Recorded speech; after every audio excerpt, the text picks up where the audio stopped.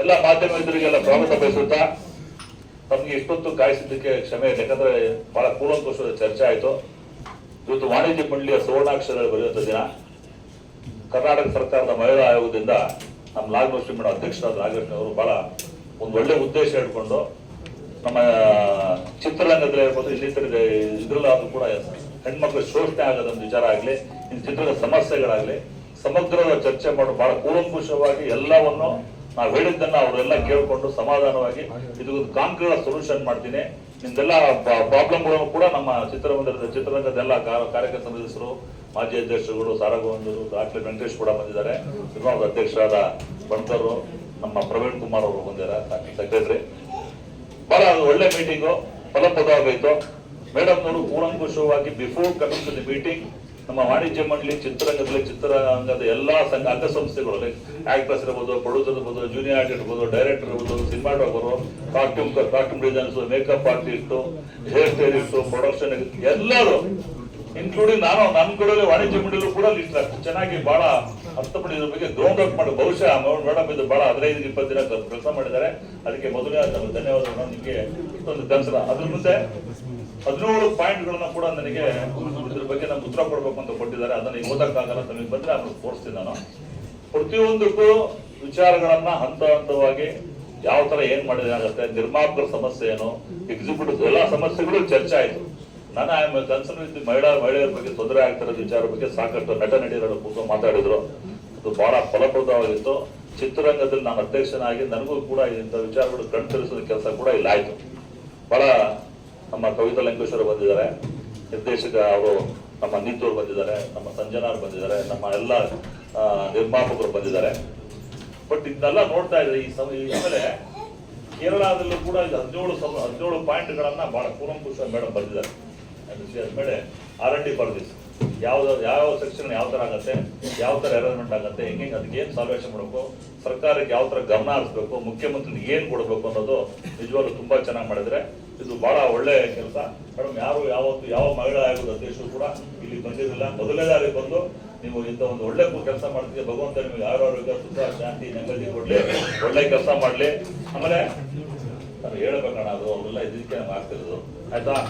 ಆಮೇಲೆ ನಮ್ಮ ಕೇರಳದಲ್ಲಿ ಏನಾಗಿದೆ ಅಂದ್ರೆ, ಕೇರಳದಲ್ಲಿ ಏನ್ ಮಾಡಿದ್ರೆ ಕಾನ್ಸ್ಟಿಟ್ಯೂಷನ್ ಮಾಡಿದ್ರೆ, ಈಗ ಅಲ್ಲಿ ಪಾಸ್ಟ್ ಕಮಿಟಿ ಅಂತ ಒಂದಿದೆ, ಅದನ್ನ ಮ್ಯಾಂಡೇಟರಿ ಇದೆ, ಸುಪ್ರೀಂ ಕೋರ್ಟ್ ಜಡ್ಜ್ಮೆಂಟ್ ಇದೆ, ಎಲ್ಲ ಆಲ್ ಇಂಡಿಯಾದಲ್ಲಿ ಇದೆ. ಅದನ್ನು ದೇಶದಲ್ಲೇ ಮಾಡ್ಬೇಕು ಅಂತ ಇದು ಜಡ್ಜ್ಮೆಂಟ್ ಕೂಡ ಇದೆ. ಅದು ಗೆಜೆಟ್ ನೋಟಿಫಿಕೇಶನ್ ಇದೆ. ಆ past committee it is mandatory to form a past committee in all film chamber of commerce. ಅದು ವಾಣಿಜ್ಯ ಮಂಡಳಿ ಮಾಡಬೇಕು ಅಂತ ನಮ್ಮ ಪತ್ರ ಮುಖ್ಯ ಇನ್ ಡೀಟೇಲ್ ರೇಟಿಂಗ್ ಅಂತ ಹೇಳಿದ್ರೆ ಅದಕ್ಕೆ ಉತ್ತರ ಕೊಡುವಂತ ನಾವು ಕಾರ್ಯಕರ್ತರ ಚರ್ಚೆ ಮಾಡಿ ನಿರ್ಧಾರ ತಗೊಂಡು ಮಾಡುವಂತ ಕೆಲಸ. ಅದಕ್ಕೆ ಏನ್ ಮಾಡ್ಬೇಕು ಅದನ್ನು ಖಂಡಿತವಾಗ್ಲೂ ಮಾಡ್ತೇವೆ ಮೇಡಮ್. ಪ್ಲಸ್ 17 ಪಾಯಿಂಟ್ಗಳನ್ನು ತಾವೇನೇನು ಕೊಟ್ಟಿದ್ರೆ ಅದು ಕೂಲಂಕುಷವಾಗಿ ನಮ್ಮ ವಾಣಿಜ್ಯ ಮಂಡಳಿ ಮಾಜಿ ಅಧ್ಯಕ್ಷ ಆರಂಭಿಸಿದ್ದಾರೆ. ನಮ್ಮ ಕಲಾವಿದರು ರಾಕ್ಲೇನ್ ಅವರು 2-3 ವಿಚಾರ ತುಂಬಾ ಚೆನ್ನಾಗಿ ಮಾತಾಡಿದ್ರು. ಯಾವ ತರ ಹೆಂಗೆ ಏನ್ ಮಾಡಿದ್ರೆ ಹೆಂಗಾಗತ್ತೆ, ಕಲಾವಿದರ ಬಗ್ಗೆ ಏನೇನ್ ಆಗ್ತಾ ಇದೆ, ಏನು ಶೋಷಣೆ ಆಗ್ತದೆ, ನಾವೇನ್ ಮಾಡ್ಬೇಕು, ಮುಂದೆ ಯಾವ ತರ ಕಾನೂನು ಮಾಡ್ಬೇಕು ಅಂತೆಲ್ಲ ಹೇಳಿದ್ರೆ ಅದ್ರ ಬಗ್ಗೆ ಮತ್ತೊಮ್ಮೆ ನಿಮಗೆ ಮೇಡಮ್, ನಮ್ಮ ವಾಣಿಜ್ಯ ಮಂಡಳಿಯಿಂದ ಯಾವತ್ತೂ ಯಾವಾಗಲೂ ಇಂಥ ವಿಚಾರಗಳಲ್ಲಿ ನಾನು ಹೇಳೋದು ವಾಣಿಜ್ಯ ಮಂಡಳಿ ಅಲ್ಟಿಮೇಟ್. ಇದು ವಾಣಿಜ್ಯ ಮಂಡಳಿ 85 ವರ್ಷ ಇತಿಹಾಸ ಇದೆ. ಇದು ಡಾಕ್ಟರ್ ರಾಜ್ಕುಮಾರ್ ಇರ್ಬೋದು, ವಿಷ್ಣುವರ್ಧನ್ ಇರ್ಬೋದು, ಅಂಬರೀಶ್ ಇರ್ಬೋದು, ಶಂಕರ್ನಾಗ್ ಇರ್ಬೋದು, ಇವನ್ ರಾಜ್ಕುಮಾರ್ ಕೂಡ ವಾಣಿಜ್ಯ ಮಂಡಳಿ ಅಷ್ಟು ಗೌರವ ಕೊಡುವಂತ ಒಂದು ದೊಡ್ಡ ಮಾತು ಸಂಸ್ಥೆ. ಇದು ಒಂದು ದೇವಸ್ಥಾನ ಇದೆ ಮೇಡಮ್. ನೀವೇನೇ ಕಾನೂನು ಕ್ರಮ ತಗೋಬಹುದು, ಯಾವುದೇ ಒಂದು ಕೆಲಸ ಮಾಡ್ಬೋದು, ಕಾನೂನಿನ ಸ್ಟೀನಿಯಂಟ್ ಆಕ್ಷನ್ ತಗೋಬಹುದು. ದ ಶುಡ್ ಗೋ ಬಿಫೋರ್ ವಾಣಿಜ್ಯ ಮಂಡಳಿ ನೇತೃತ್ವದಲ್ಲಿ ಆಗಬೇಕು ಅಂತ ನಾನು ಕಡೆ ತಮ್ಮ ರಿಕ್ವೆಸ್ಟ್ ತಗೊಂಡಿದ್ದೀನಿ. ಸರ್ಕಾರ ಕೂಡ ಹೇಳ್ಬೇಕು, ಯಾಕಂದ್ರೆ ನಮ್ಮಲ್ಲಿ ನಮ್ಮದೇ ಆದ ಅಂಗಸಂಸ್ಥೆಗಳಿದ್ದಾರೆ. ನಿರ್ಮಾಪಕ ಸಂಘ, ವಿತರ ಸಂಘ, ನಿರ್ದೇಶಕ ಸಂಘ, ಕಲಾವಿದ ಸಂಘ ಎಲ್ಲ 18-20 ಅಂಗಸಂಸ್ಥೆಗಳನ್ನು ಒಳಗೊಂಡ ಒಂದು ಮಾತೃ ಸಂಸ್ಥೆ ಇದು. ಯಾವುದೇ ಬೇರೆ ಇದರಲ್ಲಿ ಮಾಡಿದಾಗ ಅದು ನಾವು ಜವಾಬ್ದಾರ ಅಲ್ಲ ಅಮ್ಮ. ನಮ್ದು ವಾಣಿಜ್ಯ ಮಂಡಳಿಯಿಂದ ನೀವೇನ್ ಮಾಡ್ತೀವೋ ಅದಕ್ಕೆ ಯಾವತ್ತು ಯಾವ ಸ್ಪಂದಿಸುವಂತ ಕೆಲಸ ಮಾಡಿದೀವಿ. ಈ ಹಿಂದೆ ಬಂದ ಹಗರಣಗಳು ಕೂಡ ನಾವೆಲ್ಲ ಚರ್ಚೆ ಮಾಡಿ, ಕಲಾವಿದ ಸಂಘ, ನಿರ್ದೇಶಕ ಸಂಘ, ಎಲ್ಲಾ ಸಂಘ ಸಂಸ್ಥೆಗಳು ಒಡಗೂಡಿ ಚರ್ಚೆ ಮಾಡಿ ಸಾಲ್ವ್ ಮಾಡೋದನ್ನ ನಿದರ್ಶನ ಮಾಡ್ಬಿಟ್ಟು ವಾಣಿಜ್ಯ ಮಂಡಳಿ ಯಾರು ಜವಾಬ್ದಾರಿ ತಗೊಳಲ್ಲ. ಬೇರೆ ಸಂಘ ಸಂಸ್ಥೆಗಳು ಹೇಳ್ಕೋಬಹುದು. ನೀವು ಯಾವತ್ತು 24/7 ನಮ್ಮ ವಾಣಿಜ್ಯ ಮಂಡಳಿ ಮತ್ತು ನಮ್ಮ ಕೂತು ಅದು ಮಹಿಳಾ ಆಯೋಗ, ಕರ್ನಾಟಕ ಸರ್ಕಾರ ಅಧಿಕೃತ ಸಂಸ್ಥೆ. ಮೇಡಮ್ರು ಕೂಡ ಬಹಳ ಡೈನಾಮಿಕ್ ಇದ್ದಾರೆ. ಇದ್ದನ್ನ ನೇರವಾಗಿ ಮಾತಾಡಿ ಪಾರದರ್ಶಕ ನ್ಯಾಯ ಕೊಡುವಂತ ಕೆಲಸ ಮಾಡೋದು ನಿಮಗೆ ನಂಬಿಕೆ ಇದೆ ಮೇಡಮ್. ಆ ಕೆಲಸ ಮಾಡ್ತೀರಾ ಅಂತ ನಾವು ಕೂಡ ತಮಗೆ ಯಾವತ್ತು ಯಾವಾಗಲೂ ನಾವು ನಮ್ಮ ಕಡೆ ಸಪೋರ್ಟ್ ಬೇಕು ಅಂತ ಕರೀರಿ. ಎನಿ ಟೈಮ್ ನಿಮ್ಗೆ ಏನ್ ಬೇಕೋ ಕೈ ಕೊಡೋದು ಕೆಲಸ ಮಾಡ್ತೀವಿ ಅಂತ ಹೇಳ್ತಾ, ಇವತ್ತಿನ ಮೀಟಿಂಗ್ ತುಂಬಾ ಸಕ್ಸಸ್ಫುಲ್ ಆಗಿದೆ, ಆಮೇಲೆ ಬಹಳ ಒಳ್ಳೇದಾಗಿದೆ.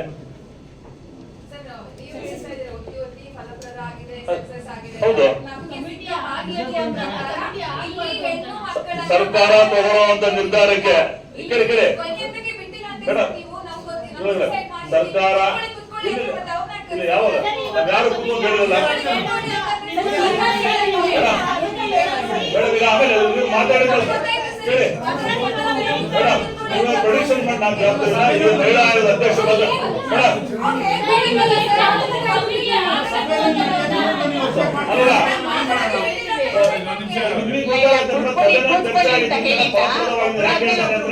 ಅವರು ಮಾತಾಡಿದ ವಿಚಾರ ನಮಗೂ ಅರ್ಥ ಆಗಿದೆ. ನೀವು ಹೇಳೋದಿದ್ರೆ ನಾನು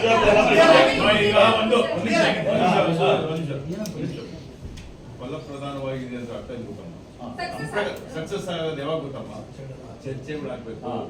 ಚರ್ಚೆಗಳು ಒಂದು ನಿಮಿಷ ಕೇಳಿ ನಿಮ್ಮ ಪ್ರಶ್ನೆ ನನಗೆ ಅರ್ಥ ಆಯ್ತು. ಫಲಪ್ರಧಾನ ಆಗೋದು ಯಾವಾಗ ಚರ್ಚೆಗಳು ಆಗ್ತದೆ. ಚರ್ಚೆಗಳು ಆದ್ಮೇಲೆ ಒಬ್ರು ಪ್ರಶ್ನೆ ಅಂತಲ್ಲ, ಇಲ್ಲಿ ಕೂತಿರೋದು ಒಬ್ಬೊಬ್ರು ಒಂದು ಬಾಡಿ ಲ್ಯಾಂಗ್ವೇಜ್ ಇರುತ್ತೆ, ಮಾತು ಯಾವ ರೀತಿ ಡೆಲಿವರಿ ಮಾಡ್ತಾರೆ. ಸೊ ಒಬ್ಬೊಬ್ರು ಒಂಥರ ಮಾತಾಡ್ತಾರೆ. ಅದಕ್ಕೆ ಅಧ್ಯಕ್ಷರಿದ್ದಾರೆ, ಚೇಂಬರ್ ಅಧ್ಯಕ್ಷರಿದ್ದಾರೆ, ಸಂಬಂಧಪಟ್ಟಂತ ನಮ್ಮ ಯಾವ್ದೇ ಇಲ್ಲಿನ ಚರ್ಚೆ ನಡೆಯುವಾಗ ಜಾಸ್ತಿ ಔಟ್ ಆಫ್ ಒಂದು ನಿಮಿಷ ಔಟ್ ಆಫ್ ದಿ ವೇ ಹೋದಾಗಮ್ಮ ಟಾಪಿಕ್ ಬಿಟ್ಟು ಔಟ್ ಆಫ್ ದಿ ವೇ ಹೋದಾಗ ಅವ್ರೆ ಕಂಟ್ರೋಲ್ ಮಾಡ್ತಾರೆ.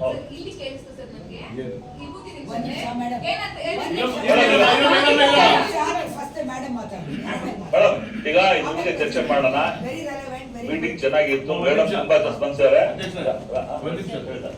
ಸೊ ಇದು ಆತರದಲ್ಲಿ ಏನಾಗಿಲ್ಲ. ನಿಮ್ಗೆ ಇನ್ನೂ ಹೋಗ್ತಾ ಹೋಗ್ತಾ ನಿಮ್ಮ ಪ್ರಶ್ನೆಗಳಿಗೆ ಉತ್ತರ ಇನ್ನೂ ಕ್ಲಿಯರ್ ಆಗುತ್ತೆ ಅಂತ ನನ್ನ ಅಭಿಪ್ರಾಯ. ನಮ್ಮ ಅಧ್ಯಕ್ಷರು ಮಾತಾಡಿದ್ದಾರೆ, ಮೇಡಮ್ ಮಾತಾಡಿದ್ರಿ. ಆಮೇಲೆ ಈ ಪ್ರಶ್ನೆಗಳು ಏನಿದ್ರು ಕೇಳಿ, ಏನ್ ತೊಂದರೆ ಇಲ್ಲ. ಒಬ್ಬರೊಬ್ರು ಆರಾಮಾಗಿ ಮಾತಾಡೋಣ, ಏನ್ ತೊಂದರೆ ಇಲ್ಲ.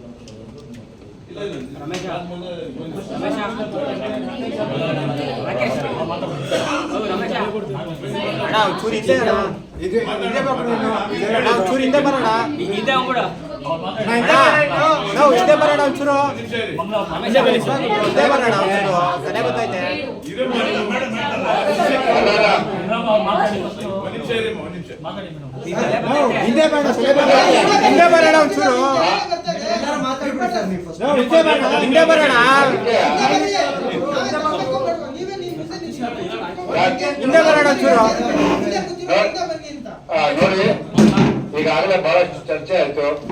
ಮಹಿಳಾ ಆಯೋಗದ ಅಧ್ಯಕ್ಷರು ನಾಗಲಕ್ಷ್ಮಿ ಅವರು ಬಂದು